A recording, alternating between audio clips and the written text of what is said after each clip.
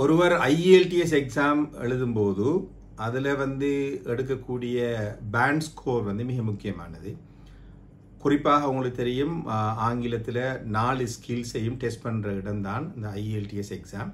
இதில் இந்த ஸ்பீக்கிங் டெஸ்ட்டுங்கிறது மிக முக்கியமானது.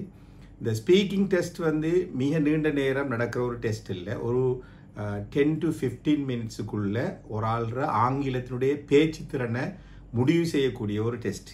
இந்த டெஸ்ட்டில் அடிப்படையில் 3 விதமான பகுதி இருக்குது. முதலாவது பகுதி அந்த உரையாடலோட தொடர்பான ஒரு பகுதி. அங்கு சில அடிப்படையான தலைப்புகளுக்குள்ள உரையாடல்கள் நடைபெறும். எக்ஸாமினர்ஸோட நீங்கள் பேச வேண்டி வரும். அதே நேரத்தில் 2வது பகுதி கியூ கார்டு உங்களுக்கு தரப்படும். உங்களுக்கு ஒரு கியூ கார்டு தரப்படும். அந்த கியூ கார்டை வச்சு கொண்டு அதில் உள்ள பாயிண்ட்ஸை நீங்கள் டெவலப் பண்ணி நீங்கள் பேசணும்.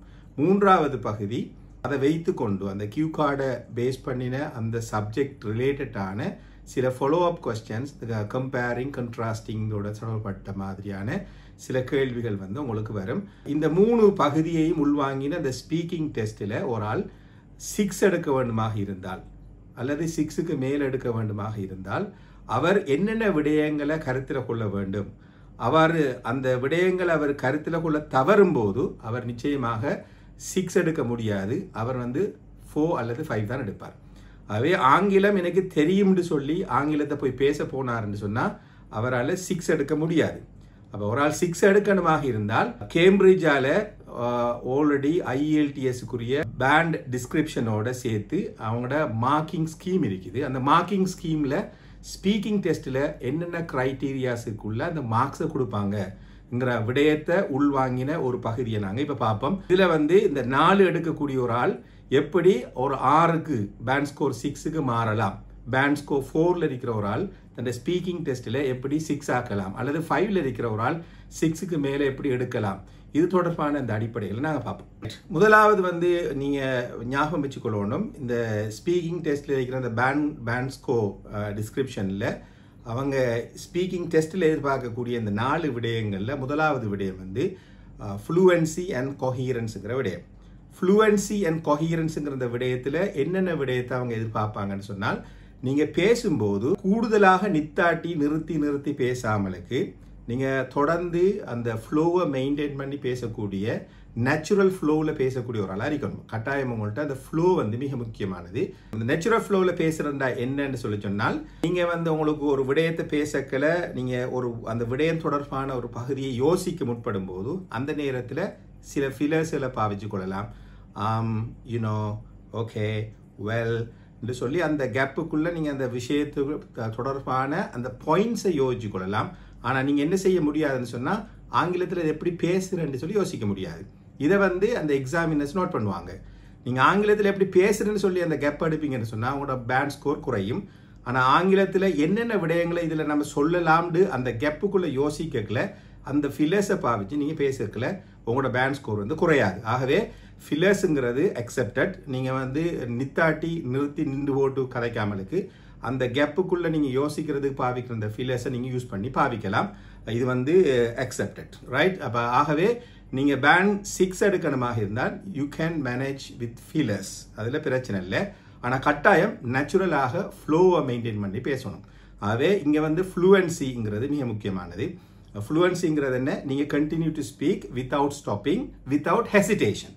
இப்போ நீங்கள் தயங்காமலுக்கு நித்தாட்டாமலுக்கு நீங்கள் ஒரு மெயின்டைன் பண்ணி ஒரு ஃப்ளோவில் கதைக்கிறது, இதைத்தான் நாங்கள் ஃப்ளூவன்சின்னு சொல்லுவோம். அதே போல் கொஹியரன்ஸுங்கிறது 2வது பகுதி. கட்டாயம் நீங்கள் பேசும்போது உங்களோட சப்ஜெக்டுக்குள்ளே வரக்கூடிய அந்த விடயத்தை நீங்கள் லாஜிக்கலி ஆர்கனைஸ் பண்ணி அந்த சப்ஜெக்டை எக்ஸ்டெண்ட் பண்ணி அதை எலபரேட் பண்ணி அதை டிஸ்கிரைப் பண்ணி சொல்கிறதுக்கு நீங்கள் போகணும்.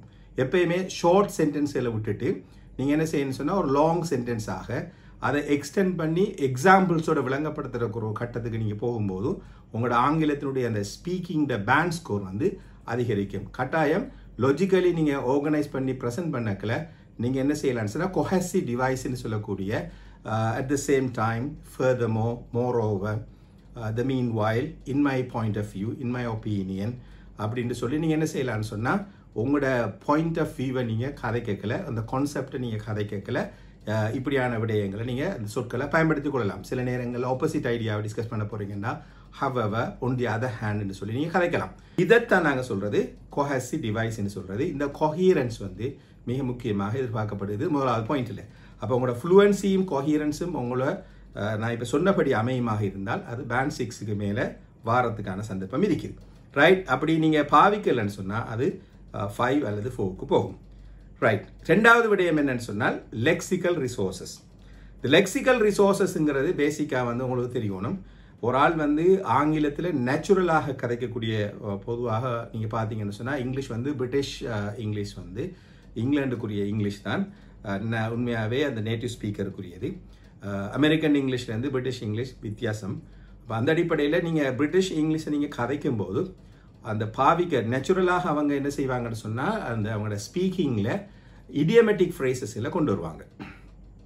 ஒரு ஆள் இடியமெட்டிக் ஃப்ரேசஸை உள்வாங்கி இடியம்ஸில் உள்வாங்கி, உதாரணத்துக்கு நீங்கள் ஒரு விஷயத்தில் நீங்கள் ஹாப்பியாக இருக்கேன்னு சொன்னால் ஐம் ஓவர் த மூன்னு சொல்ல போகிறீங்க, ஓவர் த மூன். அதே போல் ஒரு ஆள் மோசமான ஆளுன்னா ஹீ இஸ் அ பேட் ஆப்பிள்னு சொல்ல போகிறீங்க. அப்போ இங்கே நீங்கள் இந்த இடத்த பேட் ஆப்பிள் அல்லது ஓவர் த மூன் என்று சொல்லி சொல்கிற இந்த சொற்கள் நீங்கள் வந்து ஒரு ஆள்கிட்ட சொல்கிறீங்க, இந்த சப்ஜெக்டை வந்து இவர் தொடர்ந்து கதை கேட்கல சுற்றி வளைச்சி கதைக்கிறாரு.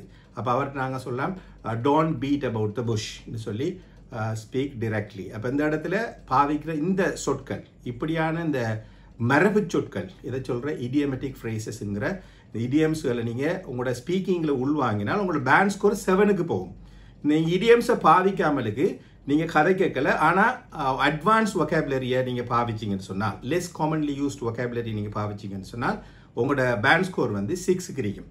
நீங்கள் லெஸ் காமன்லி யூஸ்ட் இல்லாமலுக்கு காமனாக பாவிக்கிற, சாதாரணமாக டெய்லி பாவிக்கிற சொற்களான குட், கைண்ட், கிவ், பை இப்படியான சொற்களை நீங்கள் பாவிக்கல.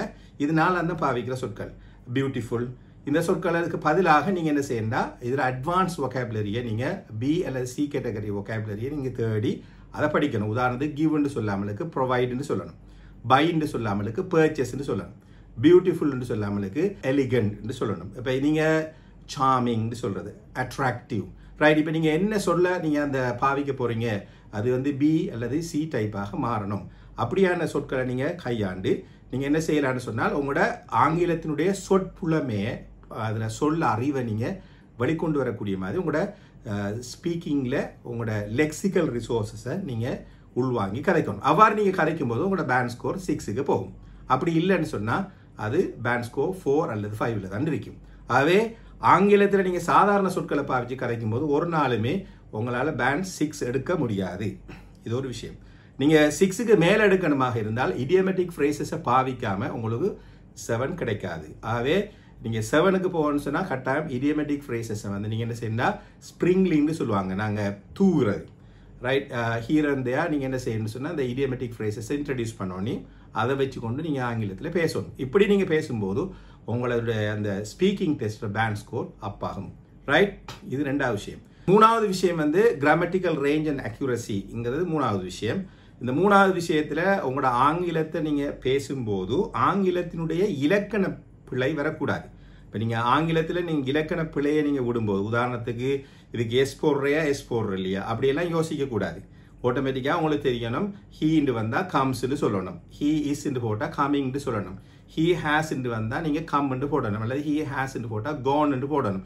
அப்போ உங்களுக்கு தெரியணும் ஹீ ஹேஸ் பீன்னு சொன்னால் கோயிங்னு சொல்லணும், அல்லது ஹீ ஹேஸ் பீன்னு சொன்னால் பிளேயிங்னு சொல்லணும். இப்போ நீங்கள் அந்த கிராமட்டிக்கலி என்ன சொற்றொடர்களை அந்த வினை சொற்களை நீங்கள் பாவிக்கணுங்கிற அடிப்படையில் எந்த விதமான குழப்பம் இல்லாமலுக்கு நீங்கள் முறையாக இலக்கண அடிப்படையை முறையாக உள்வாங்கி பேசணும். அதே நேரத்தில் கிராமட்டிக்கல் ரேஞ்சுங்கிறது நீங்கள் ஆக்டிவ் வாய்ஸ் அண்ட் பேசிவ் வாய்ஸை நீங்கள் உள்வாங்கி பேசணும். அதே நேரத்தில் இப்போ உதாரணத்துக்கு நீங்கள் ஒரு பொருளை வச்சு ஒரு வசனத்தை ஆரம்பிக்கணும்னு சொன்னால் அது பேசிவ் வாய்ஸில் சொல்லணும். உதாரணத்துக்கு ஒரு கேட் வந்து திறந்திருக்குது, கேட் இஸ் ஓப்பன், வாட்டர் வந்து கொடுக்கப்பட்டிருக்கு, வாட்டர் இஸ் சப்ளைட். அப்போ இந்த இடத்துல நீங்கள் ஆளை தொடர்படுத்தாதால பொருளை தொடர்படுத்தும் போது பெசிவில் நீங்கள் சொல்லணும். அப்போ பெசிவ் ஸ்ட்ரக்சர், ஆக்டிவ் ஸ்ட்ரக்சர்னு சொல்லி நீங்கள் ரேஞ்சை நீங்கள் கிராமட்டிக்கல் ரேஞ்சை நீங்கள் மெயின்டைன் பண்ண வேண்டிய தேவை இருக்குது. அதே நேரத்தில் கிராமட்டிக்கலி அவங்க எதிர்பார்க்குற சென்டென்ஸ் ஸ்ட்ரக்சரில் கட்டாயம் கம்ப்ளெக்ஸ் ஸ்ட்ரக்சர் சென்டென்ஸில் எதிர்பார்க்குறாங்க. கம்ப்ளெக்ஸ்ங்கிறது என்னன்னு சொன்னால் நீங்கள் அந்த வசனத்தை நீங்கள் தனித்தனி வசனங்களாக சொல்லாமல் ரெண்டு வசனங்களை ஜாயின் பண்ணி ஒரு வசனம் இன்னொரு வசனத்தில் தங்கி இருக்கக்கூடிய மாதிரி டிபெண்டன்ட் க்ளோசஸ் வரக்கூடிய மாதிரியான வசனங்களை பாவிக்கிறது. இந்த வசனங்களை நீங்கள் உருவாக்குறதுக்கு இலகுவான ஒரு வழி என்னன்னு சொன்னால், நீங்கள் வென்னு ஒரு வசனத்தை ஸ்டார்ட் பண்ணும்போது, அல்லது வைல்டு ஒரு வசனத்தை ஸ்டார்ட் பண்ணும்போது, அல்லது ஓல்டோண்டு வசனத்தை ஸ்டார்ட் பண்ணும்போது, அல்லது இஃப்னு ஒரு வசனத்தை ஸ்டார்ட் பண்ணும்போது, அல்லது ஆஸ்ன்னு ஒரு வசனத்தை ஸ்டார்ட் பண்ணும்போது, அல்லது சின்ஸ்ன்னு ஒரு வசனத்தை ஸ்டார்ட் பண்ணும்போது, இந்த வசனங்கள் எல்லாமே கம்ப்ளெக்ஸ் சென்டென்ஸாக ஆட்டோமேட்டிக்காக மாறும். ஆகவே இப்படியான வசன அமைப்பு மூலமாக உங்களோட கருத்துக்களை, உங்களோட அந்த சப்ஜெக்ட் ரிலேட்டடான பாயிண்ட்ஸில் நீங்கள் டிஸ்கஸ் பண்ணுறதுக்கு இல்லை பேசுகிறதுக்கு நீங்கள் முற்படும் போது ஆட்டோமேட்டிக்காகவே கம்ப்ளெக்ஸ் ஸ்ட்ரக்சர் வந்துடும். ஆகவே இந்த விஷயங்களை நீங்கள் உள்வாங்கும் போது பேண்ட் ஸ்கோர் வந்து 6 வர்றதுக்கான சந்தர்ப்பம் இருக்குது. ரைட். 4வது விஷயம் வந்து ப்ரொனன்சியேஷன். ஆங்கிலத்தை பொறுத்தவரையில் உங்களுக்கு தெரியணும், நேட்டிவ் ஸ்பீக்கர் ஆக்சென்ட், இதை சொல்கிற பிரிட்டிஷ் ஆக்சென்ட்னு சொல்லுவாங்க. இந்த ஆக்சென்ட்டை வந்து வெளிப்படுத்தக்கூடிய மாதிரி நீங்கள் பேசணும். இதன் இந்த இயற்கையான ஒரு பிரிட்டிஷ் இங்கிலீஷ் பேசக்கூடிய ஒரு சூழலுக்குள்ள அந்த நாட்டில் அது ரிலேட்டடான அந்த மொழி பேசக்கூடிய நாடுகளில் நீங்கள் போய் அந்த இடத்துல வேலை செய்கிறதுக்கோ அந்த இடத்துல படிக்கிறதுக்கோ அவங்களோட தொடர்பாடலை மேற்கொள்றதுக்கு தேவையான ஆங்கிலத்தில் அவங்களோட மொழிதலை நீங்கள் விளங்கிக் கொள்ளக்கூடிய மாதிரியும் உங்களோட மொழிதலை அவர்கள் விளங்கிக் கொள்ளக்கூடிய மாதிரியான இந்த பிரிட்டிஷ் ஆக்சென்ட்டை வந்து ஓரளவு இமிட்டேட் பண்ணி கதைக்கக்கூடிய அளவுக்கு உங்களுக்கு திறன் இருக்குதா என்று சொல்லி பார்க்கறதுக்கு தான் அவங்க என்ன செய்வாங்கன்னா இந்த ஆக்சென்ட்டை வந்து கருத்தில் கொள்கிறாங்க. அந்த அடிப்படையில் நீங்கள் 6 எடுக்கிறங்கிறது ஒரு கஷ்டமான ஒரு விடயம் கிடையாது. நீங்கள் மேக்சிமம் அந்த 6 எடுக்கிறதுக்காக முயற்சிக்கும் போது நீங்கள் கருத்தில் கொள்ள வேண்டிய விஷயம் என்னன்னு சொன்னால், நீங்கள் கட்டாயம் 3 விஷயத்தை நீங்கள் கருத்தில் கொள்ளணும். முதலாவது விஷயம் வந்து ஒரு சொல்லை நீங்கள் ஸ்ட்ரெஸ் பண்ணி சொல்லணும். இதை சொல்லுவாங்க வேர்ட் ஸ்ட்ரெஸ்ன்னு சொல்லுவாங்க. எப்பயுமே ஒரு சொல்லில் உச்சரிக்க வேண்டிய பகுதிகள் இருக்குது. இந்த உச்சரிப்பு முறைகள் தொடர்பான அடிப்படை ஃபோனட்டிக்ஸ்னு சொல்லுவோம். இந்த ஃபோனட்டிக் சிஸ்டம் கட்டாயம் முழு தெரிஞ்சிருக்கணும் நீங்கள் ஸ்கோர் பண்ணுறதுக்கு. ஆகவே இது சம்மந்தமான டீட்டெயில் வீடியோஸில் நான் டிக்டாக்ல போட்டிருக்கிறேன், அதில் பார்த்துக்கொள்ளுங்க. யூடியூப் பண்ணியிருக்கிறேன், அதில் பார்த்துக்கொள்ளுங்க. கட்டாயம் உங்களுக்கு ஆங்கிலத்தில் உச்சரிப்பு முறை தொடர்பான அடிப்படையை விளங்கிக் கொள்ளுங்க. அப்போ தான் இந்த ப்ரொனன்சியேஷன் சரி வரும்.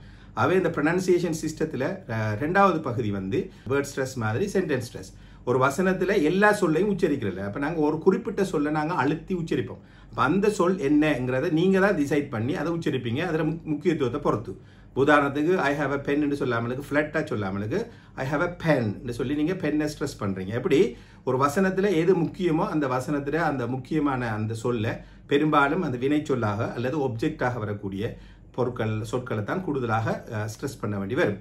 ரைட். அப்போ என்ன கேள்வி வருதோ அந்த கேள்விக்கேற்ற விடையை சொல்லும்போது விடையில் வர வேண்டிய அது வந்து ஒப்ஜெக்டை டார்கெட் பண்ணியிருந்தால் ஒப்ஜெக்டை ஸ்ட்ரெஸ் பண்ணணும், சப்ஜெக்டை டார்கெட் பண்ணியிருந்தால் சப்ஜெக்டை ஸ்ட்ரெஸ் பண்ணணும். அதே போல் ஆக்ஷனை பேஸ் பண்ணியிருந்தால் ஆக்ஷனை நீங்கள் ஸ்ட்ரெஸ் பண்ணணும். அப்போ நீங்கள் அந்த ஸ்ட்ரெஸ்ஸை வந்து சென்டென்ஸில் நீங்கள் கட்டாயம் கொண்டு வரணும். இதை வந்து அப்சர்வ் பண்ணுவாங்க. அடுத்தது 3வது விஷயம் வந்து இன்டர்நேஷன் பேட்டர்ன்ஸ்னு சொல்கிறது. ரைசிங் அண்ட் ஃபாலிங் இன்டர்நேஷன் சொல்லி 2 பகுதி இருக்குது. ஒரு வசனத்தை சொல்லும்போது அந்த சவுண்டு வந்து உயர்ந்து கொண்டு போகிறது. அதே போல் இன்னொரு வசனம் இருக்குது, வசனத்தை நீங்கள் சொல்லும்போது அந்த சவுண்டு வந்து உயர்ந்த இடத்துலேருந்து அந்த சவுண்ட் வாய்ஸ் ஹை பிச்சிலேருந்து லோ பிச்சுக்கு இறங்கி கொண்டு வருது. இதை சொல்கிற ரைசிங் அண்ட் ஃபாலிங் இன்டர்நேஷன் சொல்கிறேன். இது கட்டாயம் அவங்க பார்ப்பாங்க. இந்த ஸ்ட்ரெஸ்ஸை வந்து நீங்கள் சென்டென்ஸ் ஸ்ட்ரெஸ்ஸை நீங்கள் மெயின்டைன் பண்ணுறீங்களான்னு பார்ப்பாங்க. இது சரியாக இருந்துச்சுன்னு சொன்னால் அவங்களோட பேண்ட் ஸ்கோர் கூடும். அதே போல் கட்டாயம் இந்த கனெக்டட் ஸ்பீச்ன்னு சொல்கிறீங்க. ஆங்கிலத்தில் ஒரு சொல்லோ இன்னொரு சொல்லோட சேர்த்து ஜாயின் பண்ணி கதைக்கிற ஒரு செட்டப் இருக்குது. உதாரணத்துக்கு ஹவு இஸ் இட்ன்னு சொல்லாமலுக்கு ஹவு இஸ் இட். இந்த அந்த இடத்துல ஹவோட இஸ்ஸை ஹவோட வார இந்த டபிள்யூவோட இஸ்ஸை சேர்க்கல ஹவு இஸ். அதே போல் இது அங்கே எஸ்ஸோட இட்டை சேர்க்கல சிட். அப்போ ஹவு இஸ் இட்.